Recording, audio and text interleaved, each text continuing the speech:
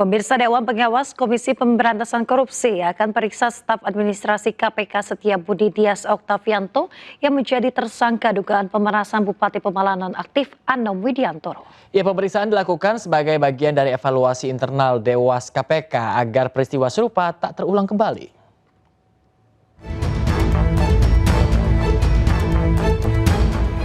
Dewan Pengawas KPK akan memeriksa anggota Polri yang berdinas di KPK sebagai staf administrasi lembaga Setiabudi Dias Oktavianto yang menjadi tersangka kasus dugaan pemerasan.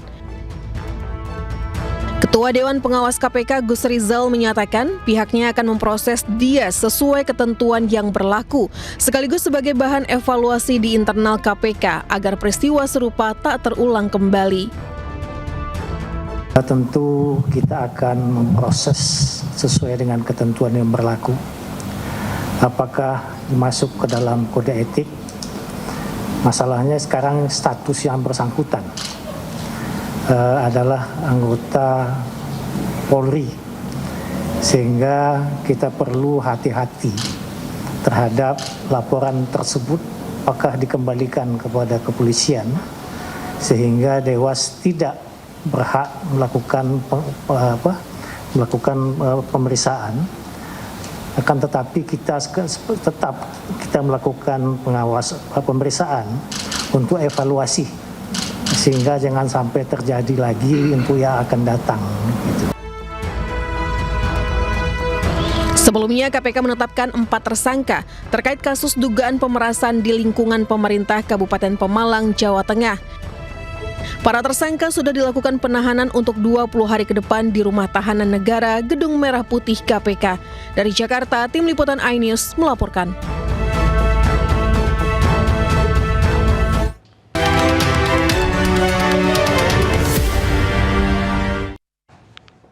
Pemirsa, Anda kembali di iNewsroom pagi. Pemirsa, sidang lanjutan pra-peradilan Roy Suryo Jilid 3 terkait kasus studikan ijazah Joko Widodo kembali digelar di Pengadilan Negeri Jakarta Selatan. Sidang beragendakan penyerahan bukti dan mendengarkan keterangan ahli dari pihak termohon.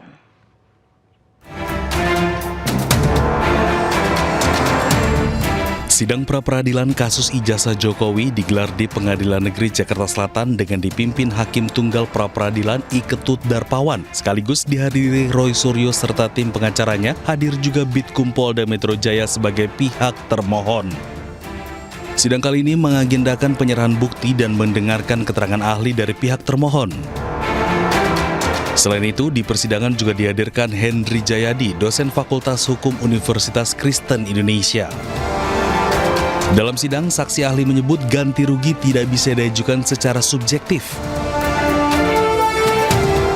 Jadi memang dalam hukum acara pidana, Undang-Undang 20 tahun 2005 tentang KUHP itu, salah satu syarat untuk diajukannya pra-peradilan yang berkaitan dengan gugatan atau tuntutan ganti kerugian, tuntutan saya katakan, itu dasarnya di 173 ayat 1.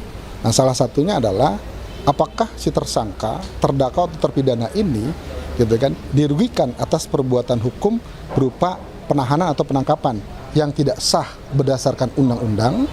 Yang kedua, berdasarkan personalnya, artinya orangnya bukan dia. Yang ketiga, berdasarkan hukum. Jadi itu yang menjadi alasan sebetulnya secara normatif tentang ganti kerugian itu.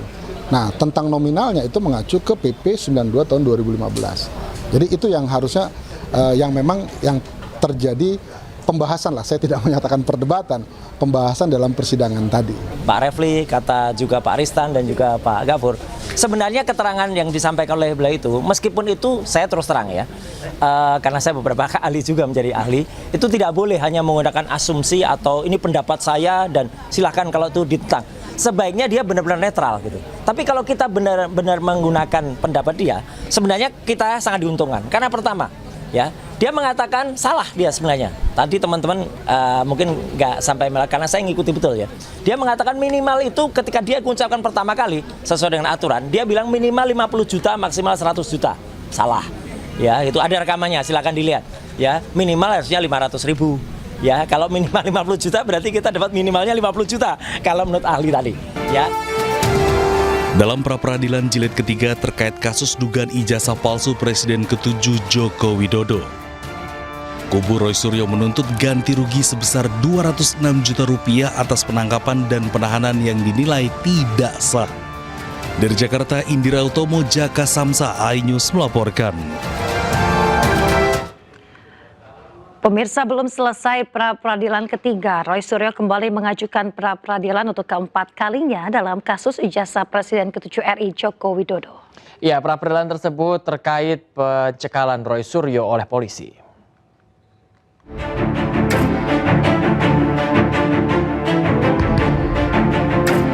Pakar telematika Roy Suryo kembali mengajukan pra-peradilan untuk keempat kalinya dalam kasus ijazah Presiden ke-7 Republik Indonesia Joko Widodo ke Pengadilan Negeri Jakarta Selatan. Pra-peradilan ini terkait pencekalan Roy Suryo oleh polisi.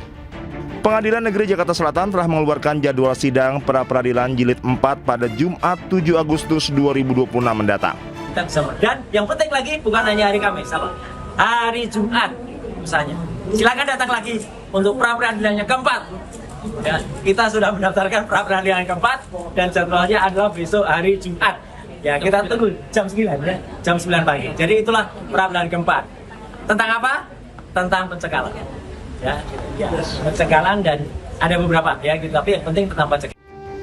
Pra-peradilan jilid 4 ini mempersoalkan sejumlah hal, khususnya tentang pencekalan Roy Suryo oleh polisi.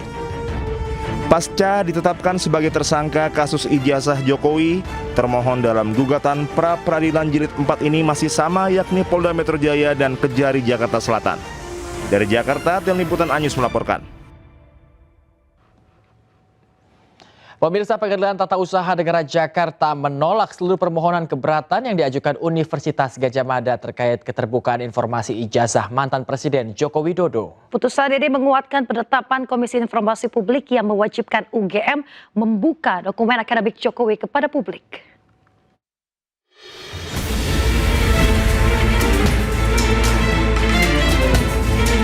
Pengadilan Tata Usaha Negara Jakarta menolak seluruh permohonan keberatan yang diajukan Universitas Gadjah Mada terkait keterbukaan informasi ijazah mantan Presiden Joko Widodo.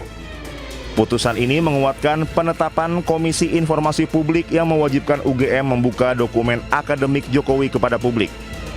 Selain menolak banding UGM, Majelis Hakim juga membebankan biaya perkara sebesar Rp648.500 kepada pihak UGM.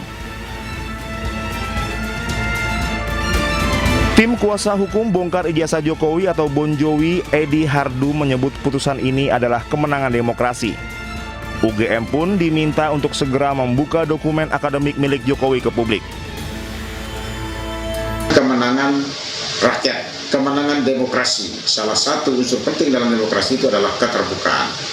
Keterbukaan itu merupakan hak asasi manusia, hak asasi warga.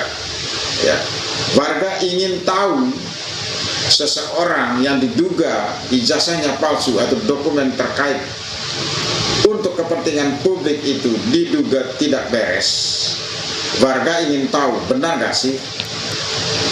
Kalau warga meminta kepada badan publik negara seperti UGM, itu harus dibuka. UGM tidak bisa menutup atau lembaga publik lainnya tidak bisa menutup.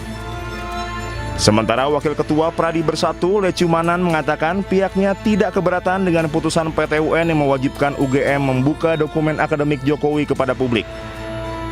Ya kan, terkait dengan publikasi ijazah sertifikat Pak Jokowi ini 2 tahun yang lalu, ya kan, bahwa seseorang bernama Dian Sandi itu kan telah mempublikasi dan tidak ada keberatan dari pihak Pak Jokowi. Tidak ada yang menyampaikan keberatan, nggak ada. Ya kan, cuman kami keberatan ketika ya kan ijazah yang dipublikasi oleh seseorang bernama Dian Sandi yang kemudian diolok-olok, dijatuhkan harkat dan martabat yang kebetulan ada di foto itu, dan nama yang tertera di ijazah itu direndahkan serendah-rendahnya. Itu yang menjadi keberatan. Dalam pertimbangan hukumnya, Majelis Hakim PT UN Jakarta menegaskan hak masyarakat untuk mengetahui riwayat pendidikan pejabat negara mengalahkan klaim kerahasiaan data pribadi. Hakim menolak dalih UGM yang mempermasalahkan batas waktu permohonan informasi serta alasan perlindungan data pribadi. UGM kini wajib menyerahkan dan membuka seluruh dokumen akademik Joko Widodo ke publik. Tim Liputan iNews melaporkan. Ya, pemirsa, Kejaksaan Agung memeriksa 7 perusahaan dan 24 orang saksi dalam kasus dugaan TPPU yang dilakukan ex-Jampitsu Febri Adriansyah. Ya, Kejagung juga tetapkan tersangka baru dalam kasus tersebut.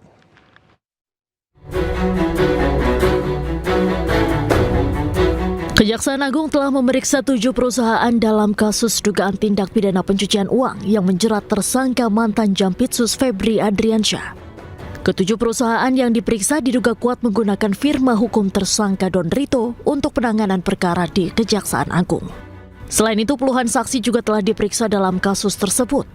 Pihak Kejaksaan Agung mengungkap sejauh ini sudah ada 24 orang saksi yang dimintai keterangan oleh tim 9. Yang telah diperiksa perusahaan yang diduga kuat menggunakan jasa terkait dengan penanganan perkara di Jampitsus, antara lain PT Waskita Beton hadir, PT Argo Jaya, PT Inti Sumber Baja Sakti, PT Perwira Aditama Sejati, PT Jasa Marga, kemudian dari LPEII, kemudian yang ketujuh PT Bandung Indah Gemilang.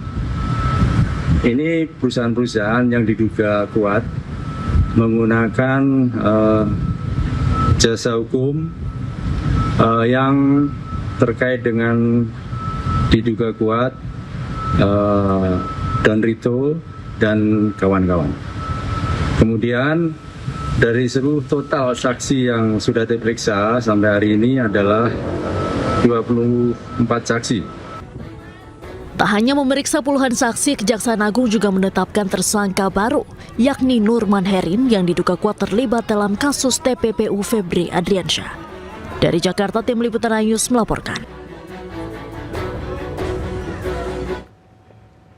Selain periksa 7 perusahaan, penyidik Kejagung menggeledah 3 tempat baru dalam kasus pencucian uang Febri Adriansyah, yakni kantor tersangka Don Rito, rumah Nurman Herin, serta 4 kantor swasta. Selain itu, penyidik juga memeriksa 4 saksi baru. Tim penyidik telah memanggil dan memeriksa 4 orang saksi, yaitu saksi T, R, DH, dan HH, yang semuanya adalah karyawan swasta. Dan paralel dengan kegiatan pemanggilan dan pemeriksaan saksi, tim penyidik juga melakukan tindakan hukum berupa penggeledahan yang sedang berlangsung di beberapa tempat, di antaranya di kantor di daerah Jakarta Selatan, kedua juga daerah perkantoran juga di beberapa tempat, baik itu PT HI, PT PIS, PT KPI, dan PT beberapa PT di daerah Jakarta Selatan, juga sebuah rumah di daerah Depok, Jawa Barat. Seluruh tindakan penyidikan tersebut telah dilakukan berdasarkan ketentuan acara yang berlaku dan merupakan bagian dari upaya penyidik untuk memperoleh alat bukti, memperjelas konstruksi perkara, serta melakukan penelusuran terhadap aset-aset yang diduga berasal dari hasil. Pemirsa, jelang sidang banding yang digelar Rabu besok, kuasa hukum Nadiem Makarim siapkan sejumlah bukti dan ahli. Kuasa hukum Nadiem Makarim menyiapkan sejumlah bukti dan ahli untuk dihadirkan dalam sidang banding di Pengadilan Tinggi Jakarta yang digelar Rabu 5 Agustus 2026. Tim Nadiem menyebut ahli yang dihadirkan di sidang banding tersebut tidak diperiksa dalam sidang tingkat pertama. Pihak Nadiem Makarim berharap Pengadilan Tinggi mengizinkan ahli diperiksa agar putusan yang diambil dibangun di atas fakta persidangan yang utuh.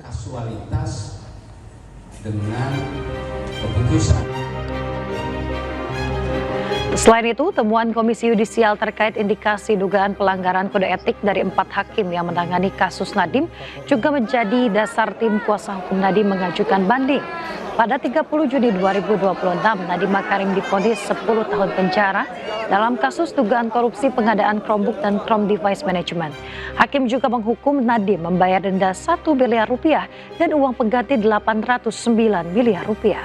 Kami harapkan pada saat pembacaan putusan nanti, kami juga menambahkan bahwa kami juga menghadirkan kembali ahli yang kemarin sempat diperiksa di tingkat pertama. Ada saksi ahlinya Pak Ganjar dan Pak Arik Marwata. Semoga juga Hakim Pengadilan Tinggi mengizinkan untuk saksi ahli ini diperiksa supaya lebih memperjelas tentang hukum pidana yang dimaksud dalam proses kasus ini. Minggu lalu Komisi Yudisial telah membuat konferensi pers yang menjelaskan bahwa ada indikasi, ya, sudah ditemukan indikasi kuat adanya pelanggaran etik oleh majelis hakim yang memeriksa perkara Nadiem tingkat pertama. Pemirsa, 2 kota di Malaysia siap menjadi pilihan wisata medis yang melayani pasien mancanegara. Ya, dengan layanan yang cukup lengkap, kedua rumah sakit ini juga menghadirkan fasilitas yang nyaman.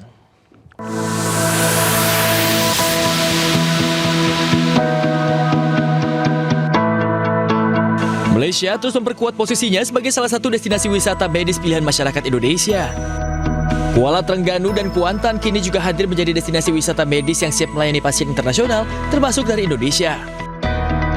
Melalui jaringan KMI Healthcare, kedua kota tersebut menghadirkan layanan kesehatan spesialis dengan standar yang setara dengan rumah sakit besar di Malaysia, namun menawarkan suasana yang lebih tenang, waktu tunggu yang lebih singkat, serta pengalaman pemulihan yang lebih nyaman. Dengan berbagai layanan spesialis yang cukup lengkap, kedua rumah sakit ini juga dikenal dengan konsep seluruh kamar rawat inap bertipe single room yang memberikan privasi lebih bagi pasien, didukung lingkungan yang tenang sehingga menunjang proses pemulihan. Kami sekarang ini dalam rangka kerja untuk menawarkan wisata medis terutamanya kepada pasien-pasien dari Republik Indonesia.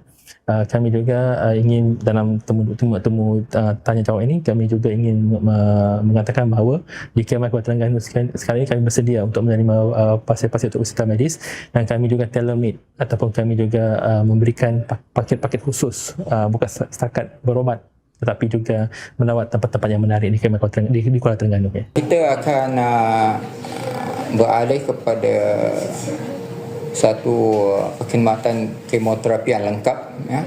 Pada masa sekarang kita ada onkologis Dr. Hadi yang menjadikan kemoterapi, dan tidak lama lagi kita akan ada radiation juga nuclear medicine, ya. Wisata di Kuala Terengganu dan Kuantan memberikan nilai tambah bagi pasien maupun keluarga yang ingin menggabungkan kebutuhan medis dengan nuansa pemulihan yang lebih nyaman. Jarak yang dekat dengan kota Kuala Lumpur, KMI Healthcare bisa menjadi pilihan bagi para wisatawan medis untuk mendapatkan perawatan yang berkualitas. Tim Liputan, A-News melaporkan. Pemirsa, sebuah kampanye untuk menekan kasus DBD di Asia Tenggara digelar di lingkungan sekolah. Ya, kampanye mengedukasi pentingnya lingkungan yang sehat serta langkah pencegahan untuk menghindari gigitan nyamuk Aedes aegypti.